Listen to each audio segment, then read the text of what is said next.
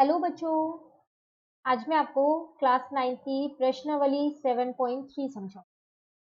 शुरू करते हैं हम। क्वेश्चन नंबर 1 हमारे पास यहाँ पर है, त्रिभुज एबीसी और त्रिभुज डीबीसी एक ही आधार बीसी पर बने दो समद्विबाहु त्रिभुज इस प्रकार हैं कि ए और डी भुजा बीसी के एक ही ओर स्थित है। आकृति आपको यहाँ पर दे रखी है। यदि एडी बढ़ाने पर बीसी को पी पर प्रतिच्छेद करे तो दर्शाइए कि आपको यहाँ पर 4 पार्ट दे रखे हैं। ये आपको क्या करने हैं, यहाँ पर सिद्ध करने हैं। पहले हम क्वेश्चन समझ लेते हैं। क्वेश्चन क्या है, देखो हमारे को यहाँ दो त्रिभुज दे रखे हैं जिनका आधार एक ही है बीसी। एक त्रिभुज ये पूरा बड़े वाला है ए बी सी। अगर मैं इसको दोबारा से यहाँ पर एक बार हाईलाइट कर दूं तो ये वाला एक त्रिभुज। एक त्रिभुज ये छोटे वाला अंदर वाला दे रखा है, ठीक है। दोनों त्रिभुज के आधार सेम है बीसी और ये दोनों समद्विबाहु त्रिभुज है। अब जब ये दोनों समद्विबाहु त्रिभुज हैं तो इनमें दो दो भुजाएं तो बराबर होंगी होंगी ना, बराबर। उसके बाद वो आपको कह रहा है कि यहाँ पर आपने क्या किया, जो ये एडी है इसको थोड़ा सा बढ़ा दिया, डी पॉइंट तक ले गए तो ये बीसी को डी पॉइंट पर प्रतिच्छेद कर रहा है। अब आपको यहाँ पर क्या दिखाना है, पहले पार्ट में दो त्रिभुज दे रखे हैं, उनको सर्वांग सिद्ध करना है। कौन कौन से त्रिभुज हैं वो आपके पास, ए बी डी, एक ये वाला त्रिभुज और एक ए सी डी ये वाला त्रिभुज। इन दोनों त्रिभुज को सर्वांग सिद्ध करना है, ठीक है। चलिए शुरू करते हैं। यहाँ पर तो हम क्या करते हैं, पहले यहाँ आकृति बना लेते हैं। तो एक त्रिभुज आपको ये दे रखा था ए बी और सी, ठीक है। उसके बाद इसके अंदर ही एक और त्रिभुज आपके पास यहाँ बना हुआ है डी, और ये इसको यहाँ प्रतिच्छेद कर रहा था पी पर, ठीक है ना। सबसे पहले तो हम लिख लेते हैं हमको क्या दिया है, उसके बाद हम अपने पार्ट करने शुरू करेंगे जो 4 पार्ट हमको दे रखे थे।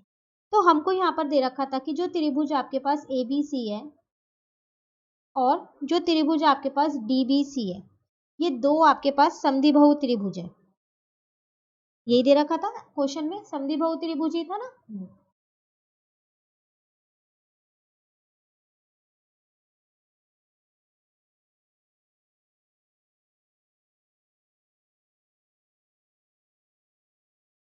ठीक है। अब आपको सीधे 4 पार्ट करने थे। चलिए अब यहाँ पर हम देखते हैं। तो जब समद्विबाहु त्रिभुज है तो दो भुजाएं बराबर होंगी। तो एबीसी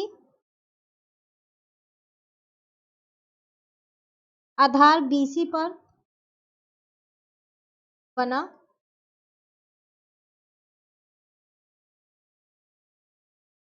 समद्विबाहु त्रिभुज है। जब ये समद्विबाहु त्रिभुज है तो इसकी दो भुजाएं बराबर हैं, तो मैं यहाँ बराबर लिख देती हूँ। ए बी जो है वो ए सी के बराबर है, इसको मैंने अपनी समीकरण 1 मान लिया, ठीक है। उसी तरीके से डी बी सी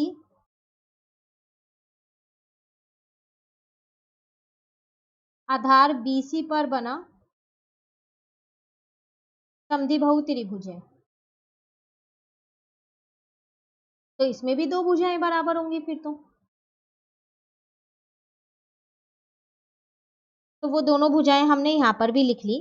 तो हमने यहाँ लिख दिया बी डी जो है वो सी डी के बराबर है, इसको दूसरी समीकरण मान लिया, ठीक है। अब हम अपना पहला पार्ट लिखते हैं। कौन सा, हमको त्रिभुज यहाँ पर ए बी डी और ए सी डी को करना था। तो सर्वांग सिद्ध करने के लिए तो हमारे को 3 चीजें चाहिए ना दोनों त्रिभुज में।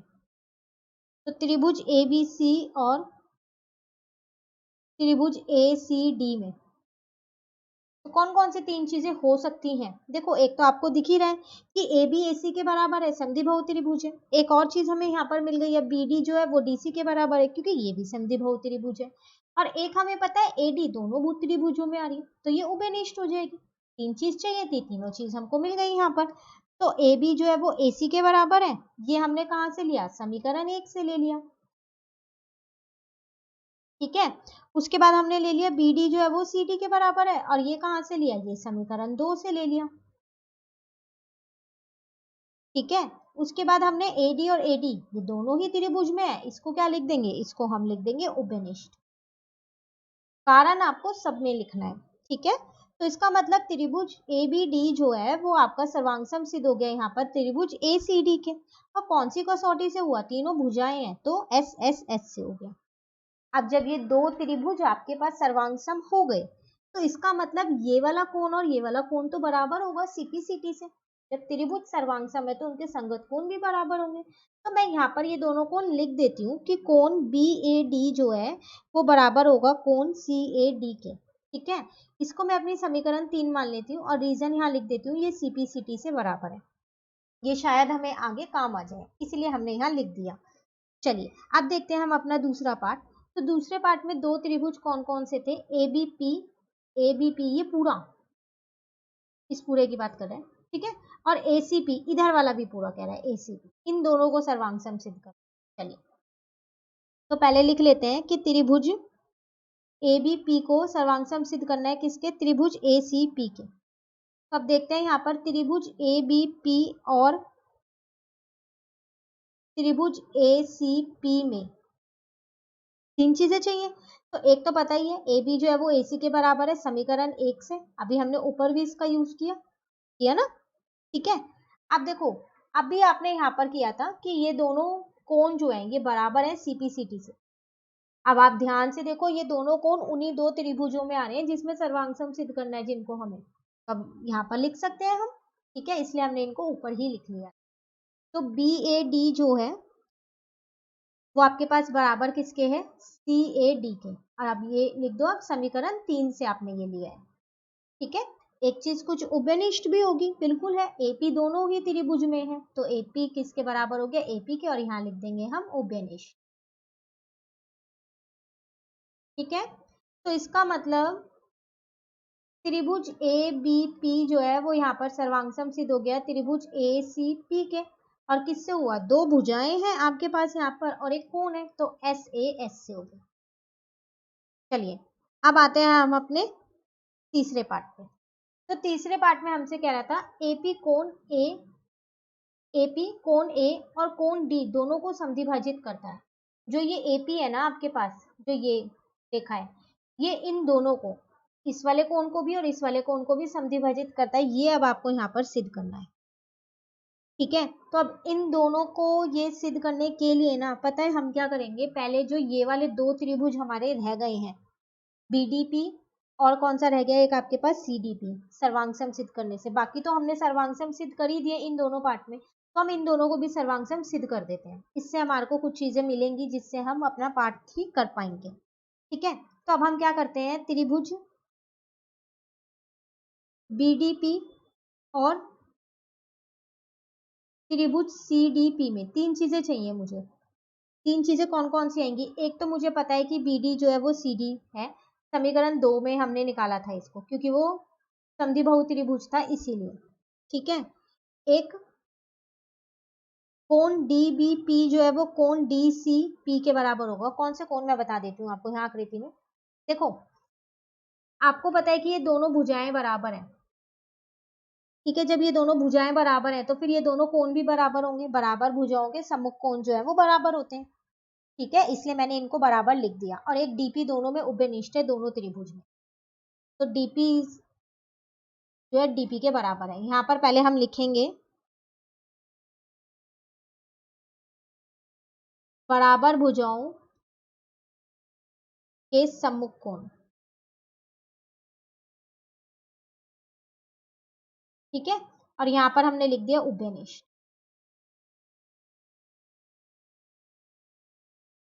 तो इसका मतलब त्रिभुज BDP जो है वो सर्वांगसम सिद्ध हो गया त्रिभुज CDP के। और कौन सी कसौटी से हुआ यहाँ पर, SAS से। ठीक है, अब इससे हमारे को ना कई सारी चीजें मिल जाएंगी, जैसे जो कोण BDP है वो बराबर होगा कोण CDP के CPCT से। सारी संगत भुजाएं और संगत कोण बराबर हो जाएंगे। इसको आप मान लो अपनी समीकरण 4। उसी तरीके से कोण DPB जो है वो बराबर हो जाएगा कोण DPC के, ये भी CPCT से ही हो जाएगा। और इसको आप मान लो अपनी समीकरण 5। आपको मैं दिखा देती हूँ BDP कौन कौन से, मैंने यहाँ पर दो कोण CPCT से बराबर किए, ये वाले दोनों कोण बराबर कर दिए और ये वाले दोनों कोण बराबर कर दिए। ये तो पहले से ही बराबर थे ना, क्योंकि ये दोनों भुजाएं बराबर थी, तो बाकी के जो संगत कोण रह गए थे वो भी मैंने यहाँ CPCT से बराबर कर दिए हैं। ठीक है, अब अगर आप ध्यान से देखो, आपकी एक समीकरण 3 आपने ऊपर लिखी थी, अभी दिखाती हूँ मैं यहाँ पर लिखने के बाद। समीकरण 3 और 4 से। पहले मैं लिख दूं फिर आपको आकृति में दिखाती हूँ और समीकरण बताती हूँ कौन कौन सी हैं। ये से स्पष्ट है कि एपी कोण ए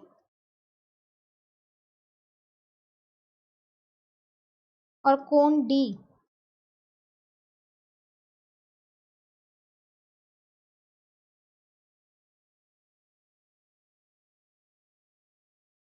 दोनों को समद्विभाजित करता है। और तीसरे पार्ट में हमारे को यही सिद्ध करना था। ठीक है, अब देखो समीकरण 3 देखो पहले अपनी, ये बी ए डी जो है वो सी ए डी के बराबर है।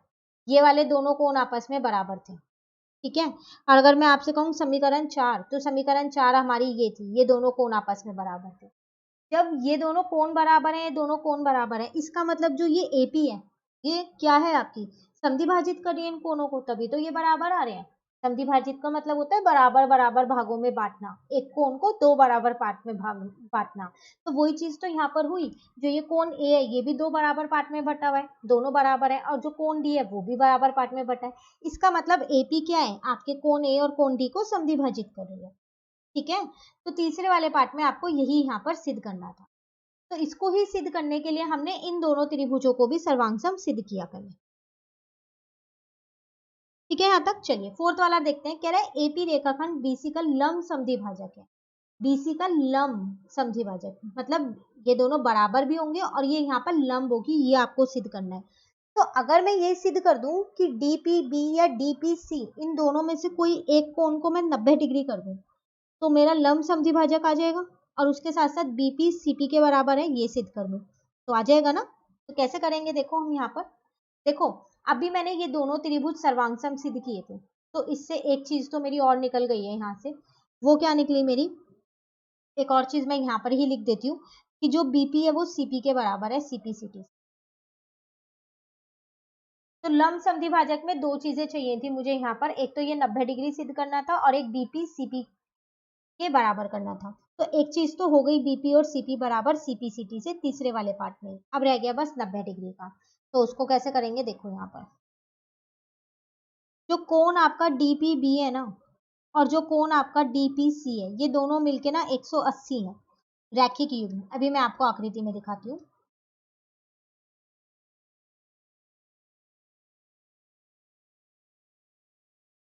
कौन कौन से बोले मैंने आपको यहाँ पर, इनको जरा हटा दो यहाँ से। मैंने आपको बोला एक डी पी बी, एक ये वाला कोण और एक ये वाला कोण, ये दोनों कोण का योग कितना होगा 180, क्योंकि ये रैखिक युग्म है। ठीक है, और एक चीज अभी मैंने यहाँ पर की है कि जो ये दोनों कोण है ये दोनों कोण है भी बराबर। अभी यहाँ पर सिद्ध किया है तीसरे वाले पार्ट में, देखो ये ना है ना। तो इसका मतलब मैंने क्या किया यहाँ पर पता है, डीपीबी और इसको भी डीपीबी ही लिख दिया, ये तो दोनों बराबर थे ना, और यहाँ लिख दिया समीकरण 5 से। तो इसका मतलब 2BPB इजिकल टू 180। तो यहाँ से डीपीबी का मान कितना निकल के आ गया 90। दो चीजें चाहिए थी, एक तो डीपीबी 90 और एक बीपी और बीसी, दोनों ही चीज मिल गई मुझे। ठीक है, तो कोण डीपीबी जो है वो 90 है और बीपी जो है वो सीपी के बराबर है। ठीक है, आप उसे कोई सी समीकरण मान लो ताकि आपको कोई दिक्कत ना हो, इसको समीकरण 6 मान लो और यहाँ लिख भी दो समीकरण 6 से यह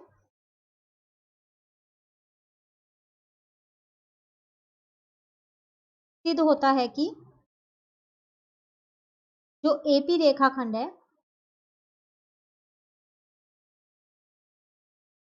वो बीसी का लंब समद्विभाजक है। ठीक है, तो क्वेश्चन नंबर 1 हमारा यहाँ पर खत्म हो गया। चलिए आते हैं क्वेश्चन नंबर 2 पे। क्वेश्चन नंबर 2 में हमसे कह रहा है एडी एक समद्विबाहु त्रिभुज एबीसी का एक शीर्ष लंब है जिसमें एबी एसी के बराबर है। इसका मतलब ये समद्विबाहु त्रिभुज है तो दोनों भुजाएं बता रखी है कौन कौन सी बराबर है। दर्शाइए कि एडी रेखाखंड बीसी को समद्विभाजित करता है और एडी कोण ए को समद्विभाजित करता है। तो आकृति तो नहीं दे रखी है हमें यहाँ पर, हमें खुद बनानी पड़ेगी। तो पहले हम आकृति बना लेते हैं, फिर समझते हैं।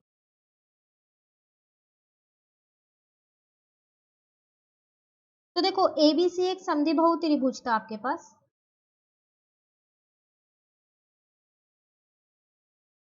ठीक है। उसमें जो एडी है, ये एक आपके पास यहाँ पर क्या दे रखा था, शीर्ष लंब, तो इसका मतलब ये 90 डिग्री होगा। उसके साथ साथ ए बी ए सी के बराबर दे रखा था। जैसे जैसे दिया हमने वैसे वैसे आकृति बना ली। सबसे पहले पार्ट में आपको बताना था कि जो ये एडी रेखाखंड है, ये बीसी को क्या कर रही है, समद्विभाजित कर रही है। मतलब कि ये दोनों बराबर भागों में बांट रही है। B D is equal to C D करना है हमको। दूसरे में कह रहा था कि जो ये एडी है, ये कोण ए को कर रही है।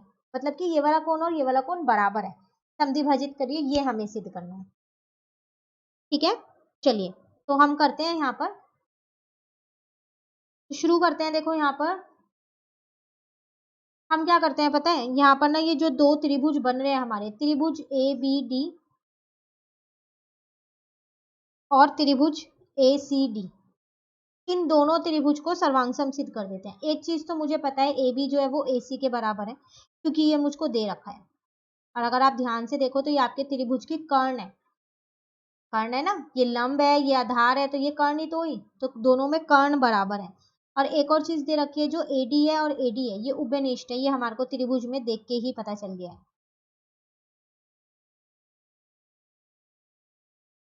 ठीक है, उसके बाद जो कोण ए डी बी है, वो किसके बराबर है, यहाँ पर कोण ए डी सी के, दोनों 90 डिग्री है, क्योंकि वो लंब था, यहाँ पर शीर्ष लंब था ये, तो दोनों 90 है। तो इसका मतलब त्रिभुज ए बी डी जो है वो यहाँ पर हमारा सर्वांग सिद्ध हो गया ए सी डी के। कौन सी कसौटी से हुआ है, आर एच एस से हुआ है, क्योंकि यहाँ पर मेरे कर्ण जो है वो बराबर है और एक कोण दोनों में 90-90 डिग्री का है, तो आर एच एस से ये हमारा यहाँ पर सिद्ध हो गया। ठीक है, यहाँ तक आपके पास ए बी डी और ए सी डी आ गया। अब आप देखो, जब ये दोनों कोण सर्वांगसम, सॉरी दोनों त्रिभुज सर्वांगसम हैं, तो बी डी जो है वो सी डी के बराबर होगा सीपी सी टी से। उसी तरीके से कोण बी ए डी जो है वो बराबर किसके होगा, कोण सी ए डी के, ये भी सीपी सी टी से ही हो जाएगा, होगा ना। ये दोनों भुजाएं भी बराबर हो जाएंगी और कोण भी बराबर हो जाएंगी सीपीसीटी से। तो अगर आप देखो पहले पार्ट में तो आपको यही बताना था कि एडी रेखाखंड बीसी को समद्विभाजित करती है, तो मतलब BD is equal to DC सिद्ध करना था ना, और BD is equal to DC यहाँ पर सिद्ध हो गया ना। तो हम यहाँ लिख देते हैं, समीकरण 1 से सिद्ध होता है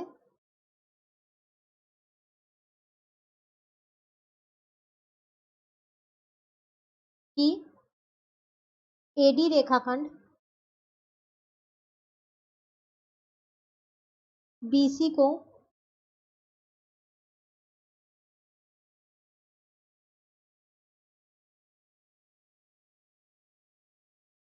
समद्विभाजित करता है। तो पहला पार्ट तो हमारे यहाँ सिद्ध हो गया। दूसरे पार्ट में आपसे यहाँ पर कह रहा था कि जो एडी है वो कोण ए को भी समद्विभाजित करता है, मतलब कि इन दोनों कोण को बराबर सिद्ध करना था। और आप देखो हमने दूसरी समीकरण में इन दोनों को ही बराबर सिद्ध कर दिया है सीपीसीटी से। तो इसका मतलब समीकरण 2 हमारे को क्या बताता है, समीकरण 2 से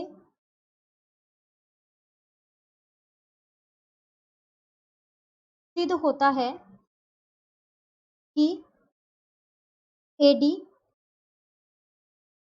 कोण ए को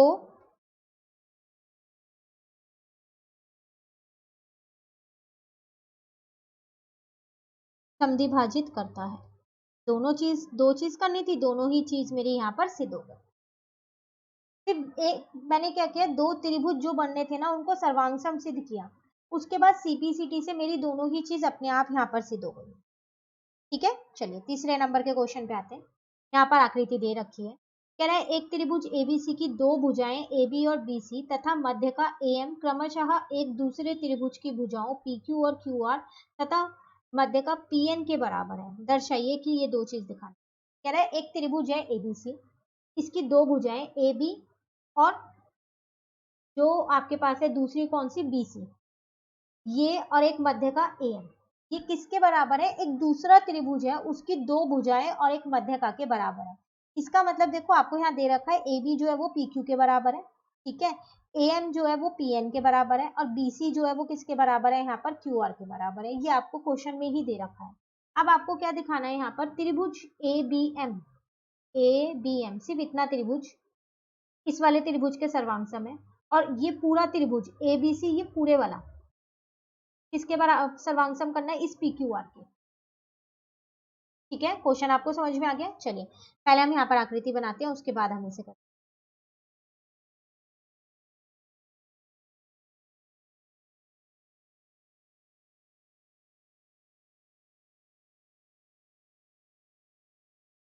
तो ए बी सी और एम,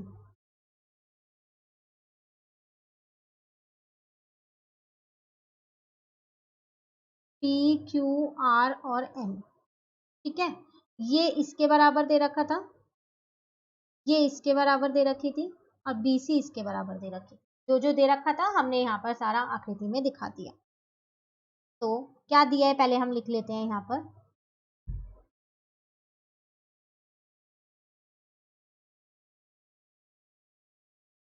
हमको ये दे रखा था कि जो ए बी है वो पी क्यू के बराबर है,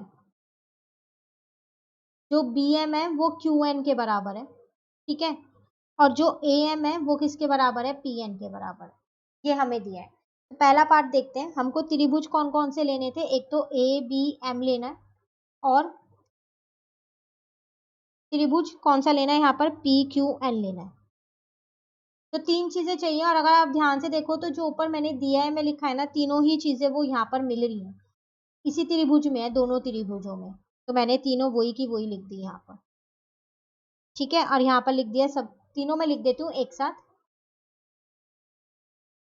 दिया है। ये तीनों का रीजन है। तो इसका मतलब पहला पार्ट तो बड़ी आसानी से हो गया। त्रिभुज ए बी एम जो है यहाँ पर सर्वांगसम सिद्ध हो चुका है त्रिभुज पी क्यू एन के, और भुजा भुजा भुजा कसौटी से। अब जब ये दोनों त्रिभुज सर्वांगसम सिद्ध हो गए, तो मैं कोण बी को कोण क्यू के बराबर लिख सकती हूँ सीपीसीटी से।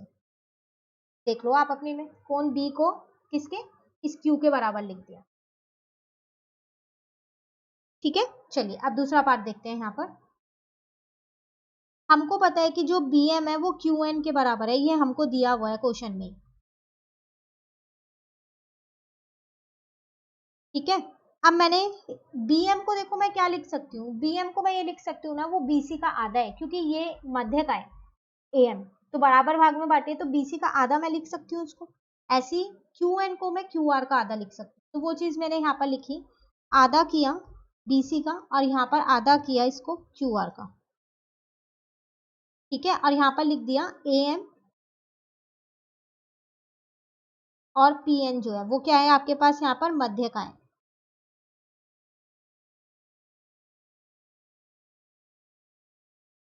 ठीक है। तो इसका मतलब फिर बी सी जो है वो क्यू आर के बराबर आ जाएगी, ठीक है ना। अब आप क्या करो, जो आपने ये किया था इसको समीकरण 1 मान लो और इसको समीकरण 2 मान लो।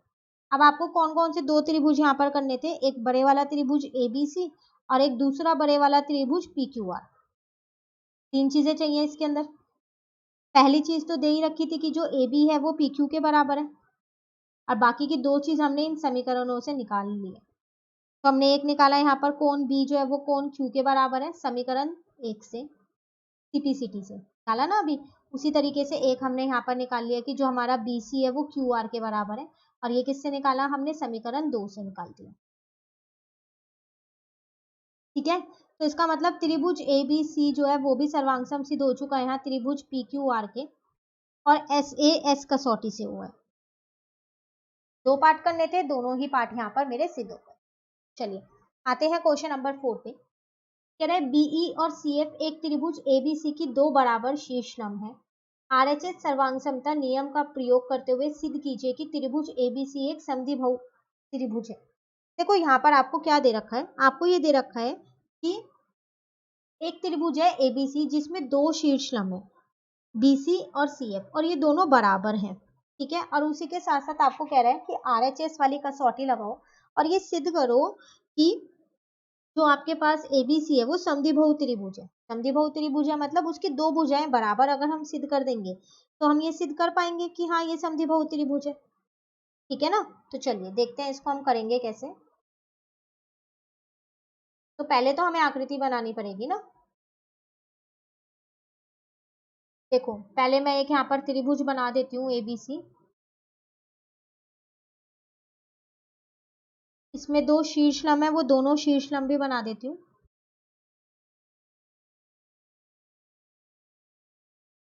ठीक है तो ये 90-90 डिग्री के होंगे। जो दिया है वो भी मैं यहाँ पर लिख लेती हूँ।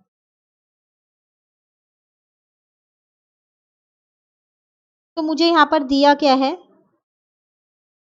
कि त्रिभुज एबीसी में जो बीई है वो लंब है एसी पे, यही दिया है। और इसके साथ साथ जो सीएफ है वो किस पे लंब है एबी पे। तो बीई जो है सीएफ के बराबर है, कि ये चीज भी आपको यहाँ पर दे रखी है। अब आपको यहाँ पर ये सिद्ध करना है कि एबीसी एक समद्विबाहु त्रिभुज है तो उसकी दो भुजाएं बराबर करनी है। तो ऐसा करते हैं यहाँ पर ना हम दो त्रिभुज को सर्वांग सिद्ध कर देते हैं। कौन कौन से? एक मैंने लिया बी सी एफ, ये नीचे वाला त्रिभुज ये वाला।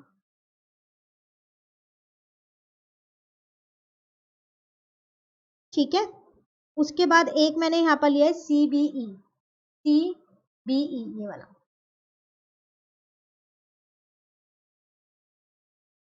चलो तो यहाँ पर लिखते हैं त्रिभुज बी सी एफ और त्रिभुज सी बी ई में तीन चीजें चाहिए। एक तो मुझे पता है दोनों में बीसी जो है वो उभयनिष्ठ है क्योंकि दोनों एक ही आधार पे है।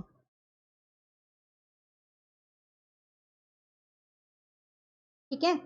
उसके बाद एक मुझे पता है कि जो बी एफ सी कोण है वो बराबर है सीई बी कोण के, 90 डिग्री है दोनों।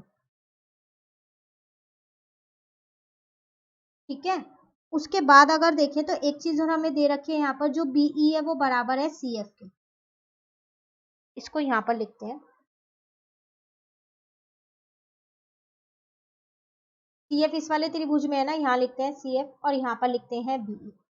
ये आपको दिया है। तो इसका मतलब त्रिभुज बी सी एफ जो है वो सर्वांग सिद्ध हो गया त्रिभुज सी बी ई के, और आरएचएस से हुआ। क्यों आरएचएस से हुआ? क्योंकि ये 90 डिग्री भी था और इसके सामने जो कर्ण थे वो दोनों बराबर थे। तो जब 90 डिग्री हो त्रिभुज में और कर्ण बराबर हो दोनों त्रिभुज के तो वो आरएचएस से होता है। तो कोण जो सी बी एफ है वो कोण बराबर हो जाएगा बी सी ई के सीपीसीटी से। कौन कौन से? B C B F, C B F, ये वाला पूरा कोण किसके बराबर हो जाएगा यहाँ पर? B C C B F, ये वाले इस वाले त्रिभुज का ये वाला कोण हो गया। ठीक है। और उसके बाद देखें तो हम बी सी एफ, इस वाले त्रिभुज का ये वाला कोण हो गया पूरा, बीसीई वाला। ठीक है। ये वाला कोण ये बराबर हो जाएंगे। जब ये बराबर है तो मैं इनको ये लिख सकती हूँ ना कि जो कोण है मेरा यहाँ पर, मतलब वो ए बी सी जो है वो बराबर है ए सी बी के। वही तो बात कर रही है। अगर आप अपना त्रिभुज यहाँ देखो, मैं इसको यहाँ पर हटा दूं फिलहाल।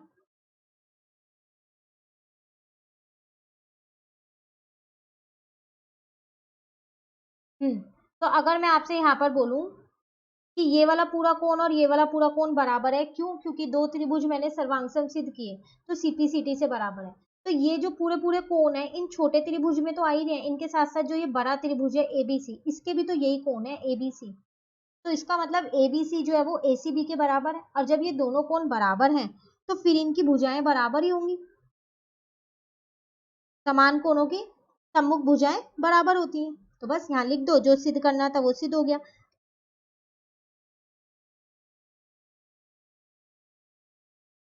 समान समान कोणों की सम्मुख भुजाएं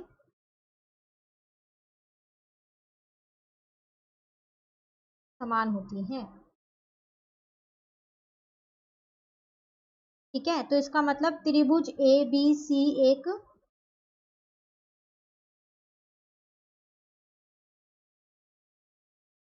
समद्विबाहु त्रिभुज है, ये यहाँ पर हमारा सिद्ध हो गया। ठीक है। ये था आपके पास क्वेश्चन नंबर 4। चलिए आखिरी क्वेश्चन पे आ जाते हैं, क्वेश्चन नंबर 5 पे, फिर हमारी ये प्रश्नावली जो है वो पूरी हो जाएगी। तो यहाँ पर आपसे कह रहा है एबीसी एक समद्विबाहु त्रिभुज है जिसमें एबी जो है वो एसी के बराबर है, एपी बीसी पर लंब है, खींचकर दर्शाइए कि कोण बी जो है वो कोण सी के बराबर है। यहाँ पर आपको पहले ही कह रहा है कि एबीसी एक समद्विबाहु त्रिभुज है, तो पहले हमें वो त्रिभुज यहाँ पर बनाना पड़ेगा। तो हम एक त्रिभुज यहाँ पर बना लेते हैं एबीसी, ठीक है ना। और एक और चीज कह रहा था ए बी जो है वो ए सी के बराबर है, ये आपसे कह रहा था यहाँ। और जो ए पी है ना ये लंब है इस पे।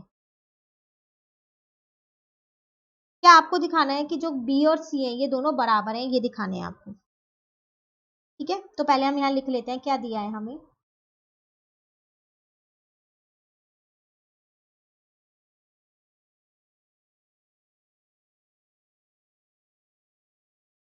ए बी सी एक समद्विबाहु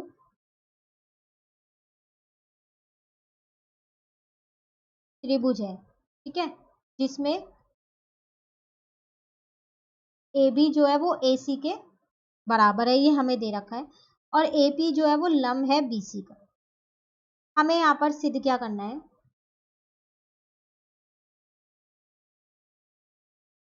सिद्ध हमें ये करना है जो कोण बी है वो कोण सी के बराबर है, ठीक है। अब देखो कैसे करेंगे सिद्ध, यहाँ हम क्या करते हैं दोनों त्रिभुजों को सर्वांग सिद्ध कर देते हैं। ए बी पी को और दूसरा लेते हैं ए सी पी। दो त्रिभुज बन रहे हैं, एक ये वाला और एक ये वाला। तीन चीजें चाहिए, एक तो मुझे पता ही है ए बी ए सी के बराबर है क्योंकि ये मुझे दिया है, वो समद्विबाहु त्रिभुज है। एक मुझे इसमें उभयनिष्ठ दिख रहा है, ए पी बराबर ए पी, दोनों में है ये वाली भुजा, तो यहाँ लिख दिया मैंने उभयनिष्ठ। अभी एक और चीज चाहिए, एक और चीज क्या मिलेगी, देखो वो लंब था तो दोनों 90 डिग्री होंगे, ठीक है। तो कोण ए पी बी जो है वो किसके बराबर हो जाएगा, कोण ए पी सी के, दोनों 90 हैं, तो दोनों त्रिभुज मेरे यहाँ क्या हो गए, सर्वांग समसिद्ध हो गए। तो ए बी पी जो है यहाँ पर सर्वांग समसिद्ध हो गया ए सी पी के, और आर एच एस से हो गया क्योंकि 90 डिग्री भी है और कर्ण भी दोनों त्रिभुजों के बराबर है। जब ये दोनों त्रिभुज सर्वांग समसिद्ध हो चुके हैं तो फिर ये दोनों कोण सीपीसीटी से मैं बराबर कर सकती हूँ, संगत कोणों को कर सकती हूँ ना। तो बस आ गया मेरा यहाँ पर कि जो कोण बी है वो कोण सी के बराबर आ चुका है सीपीसीटी से। खत्म क्वेश्चन हमारा, ये था हमारे पास क्वेश्चन नंबर 5। इसी के साथ साथ हमारी ये प्रश्नावली भी पूरी हो गई है 7.3। अब नेक्स्ट क्लास में हम प्रश्नावली 7.4 समझेंगे। तो अगर आपको ये वीडियो अच्छी लगी तो आप इसको लाइक जरूर कीजिएगा और मेरे चैनल को सब्सक्राइब कीजिएगा और बेल आइकन ऑन कर लीजिएगा ताकि आपको नोटिफिकेशन मिल जाए। Thank you.